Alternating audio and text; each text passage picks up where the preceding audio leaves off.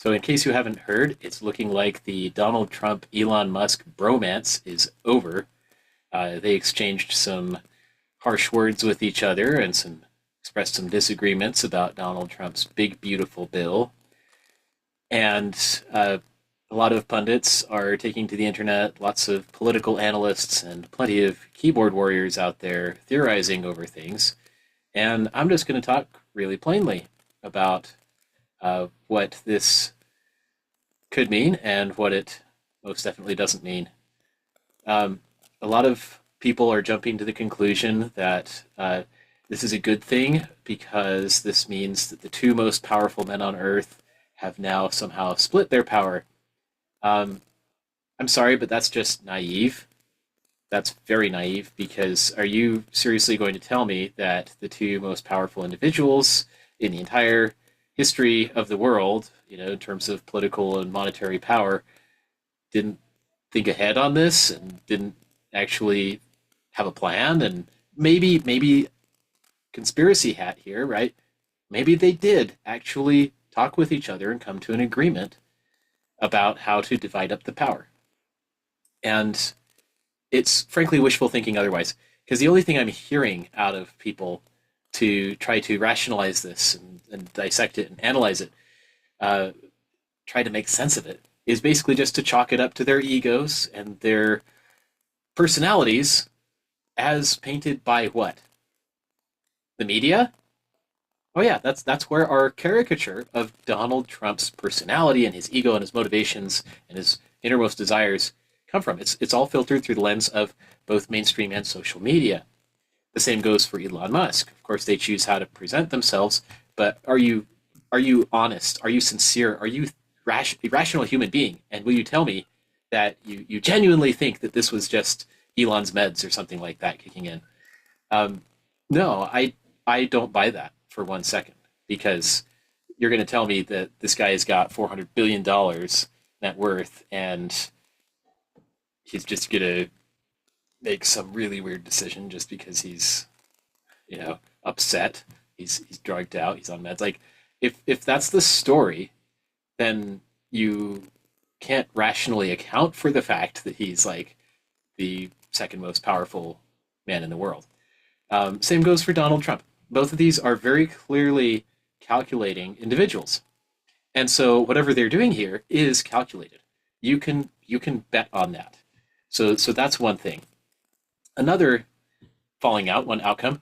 This actually points to something that I have called out earlier that I've been looking for. Namely, I've been looking for a new party that will rise from the ashes, the smoldering ruin of the Democrat Party, and basically fill the power vacuum that was created by all of the throwing under the bus of the Democrat Party that was done by Trump and Musk earlier this year.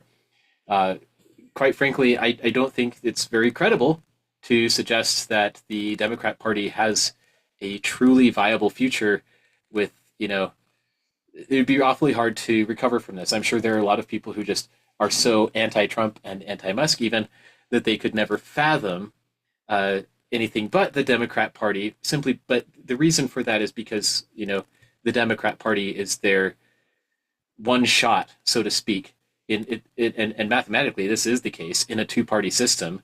One's rotten, and the other is like you have to plug your nose to be able to participate in it.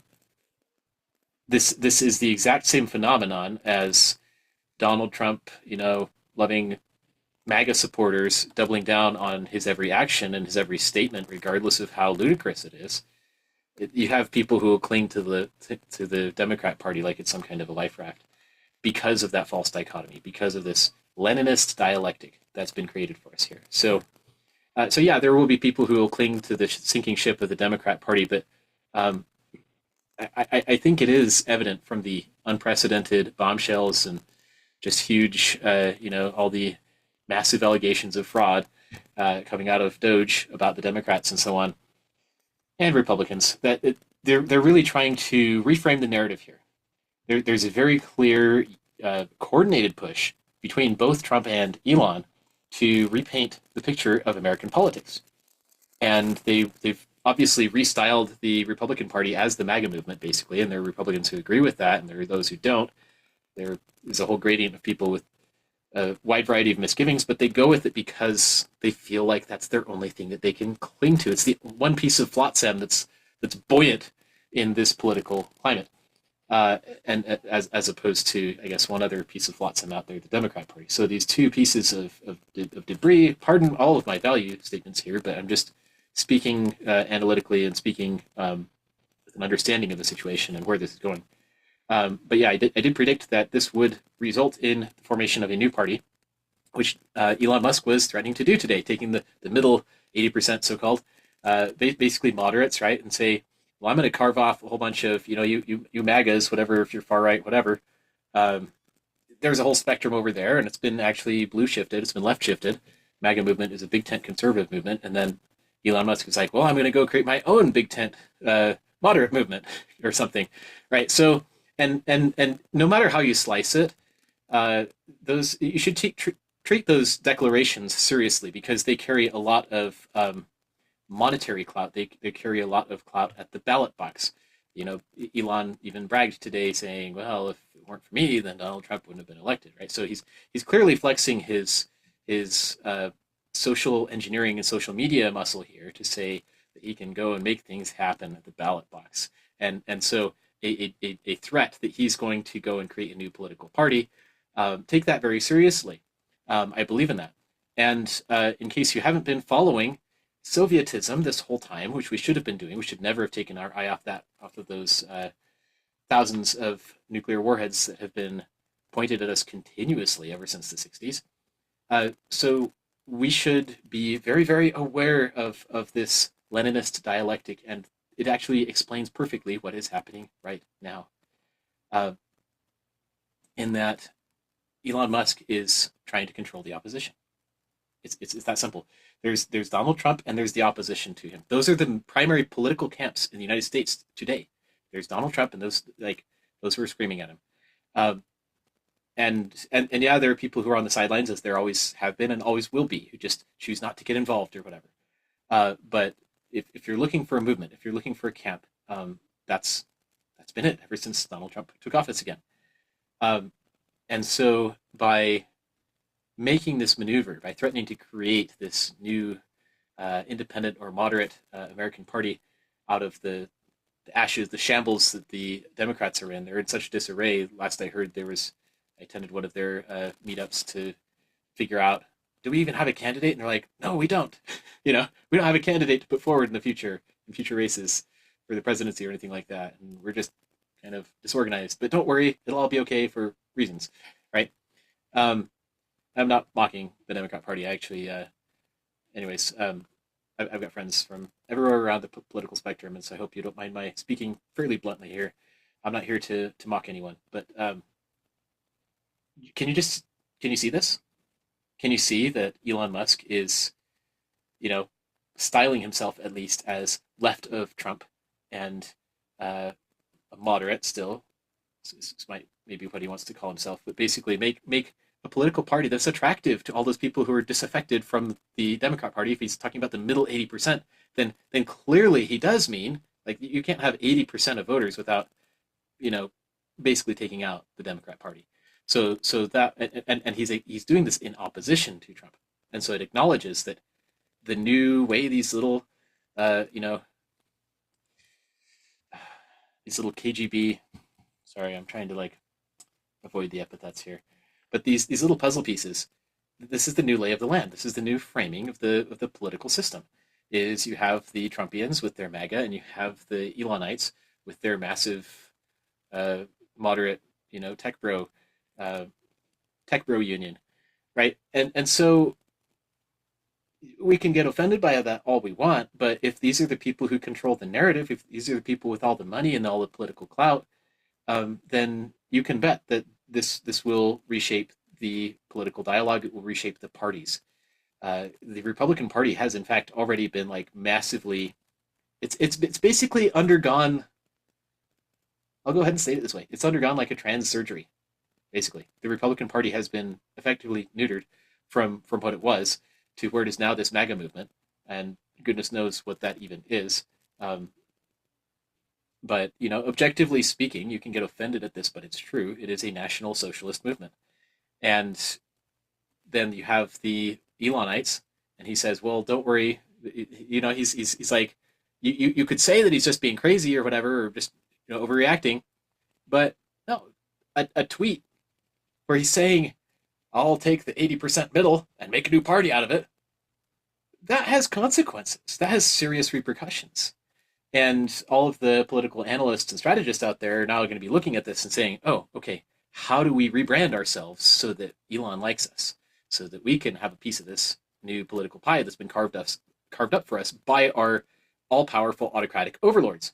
See, everybody in the United States now politically is eating out of the palms of the hands of Elon and Trump, just like we were previously during this administration, because there was no one else to go to, right? This is where you go to get you have to go to this high nobility. You have to go to this aristocracy, this monarchy, in order to be able to get any kind of political clout. You have to beg things of them, and you have to get on their good side in order to be able to be represented.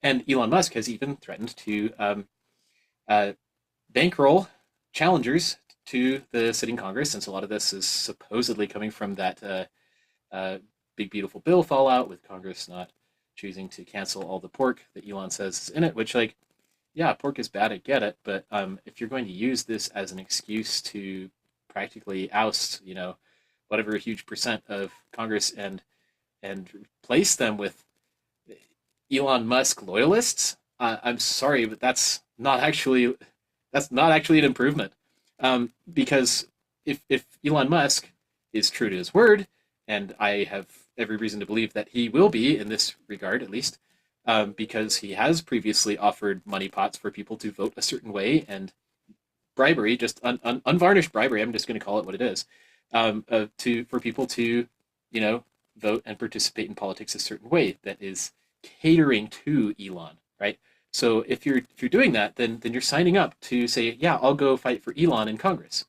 And you see how that doesn't actually solve the underlying problem of the dynamic of the allegation is that Congress is just a pushover for Trump. Okay, well, Elon is going to be the man now, and he's going to like provide pushback against Trump by getting his own people in there. It's like, you know what?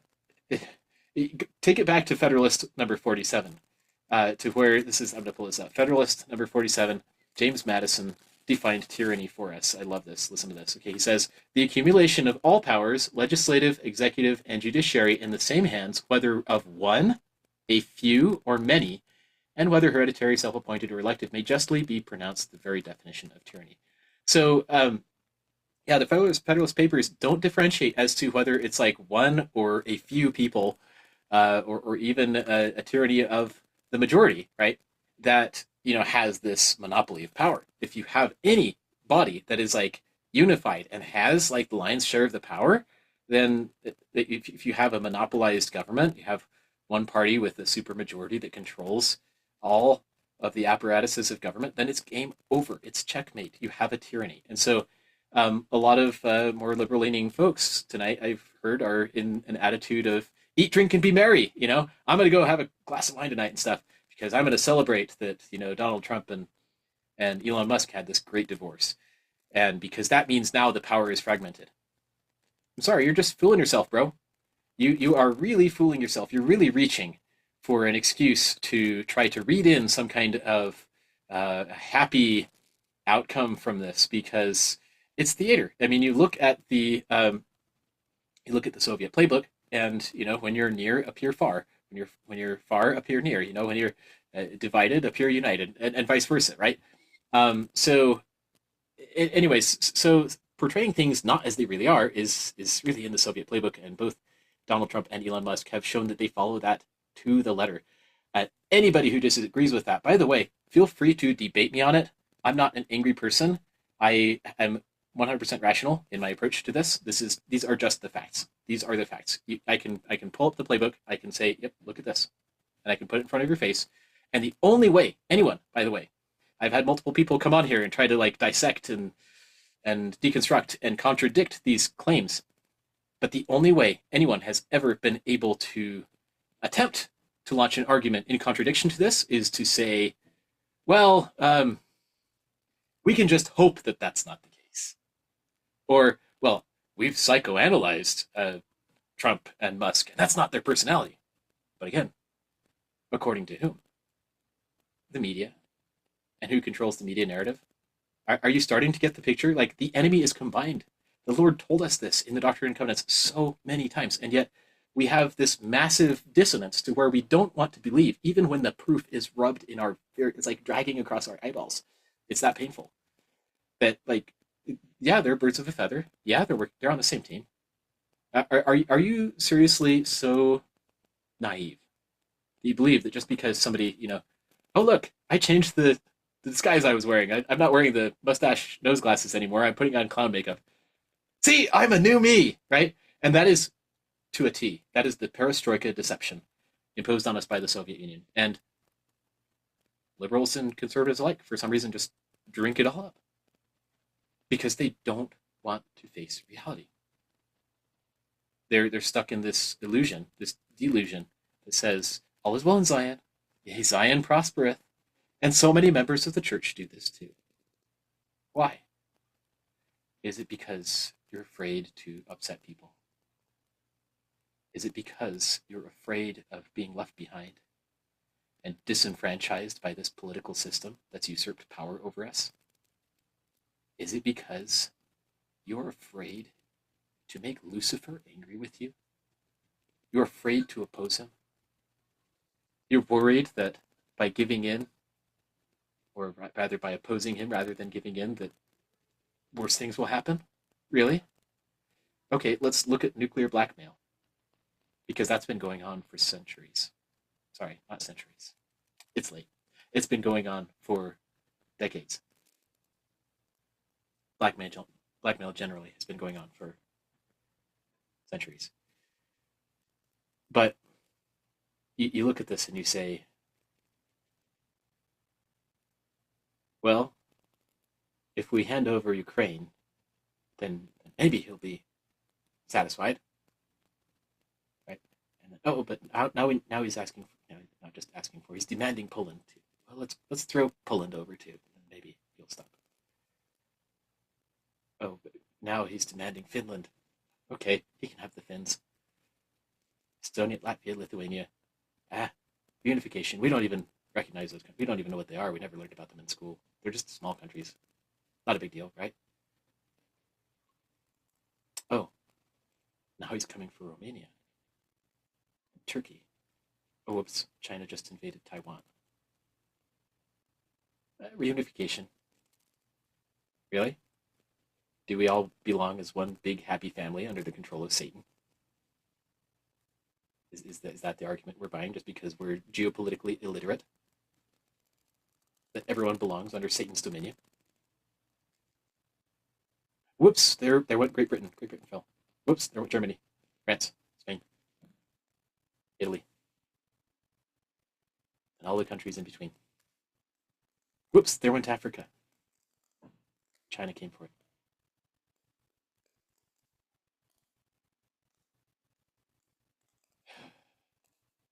Is this the kind of illusion? Is this the kind of fantasy that we want to tell ourselves? All is well in Zion. As long as it's not on our doorstep. Remember Sun Tzu, his playbook the communists follow. When you are near, appear far. They're right here, right now. And they appear to be far away, bombarding Ukraine. Since it's far away, we're like, well, we're surrounded with carnal security here. What could go wrong? What could go wrong indeed?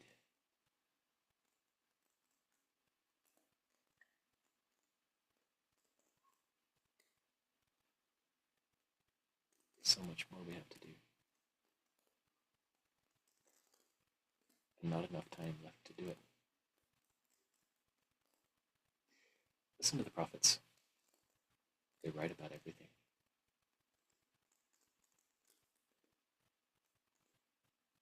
In the name of Jesus Christ, amen.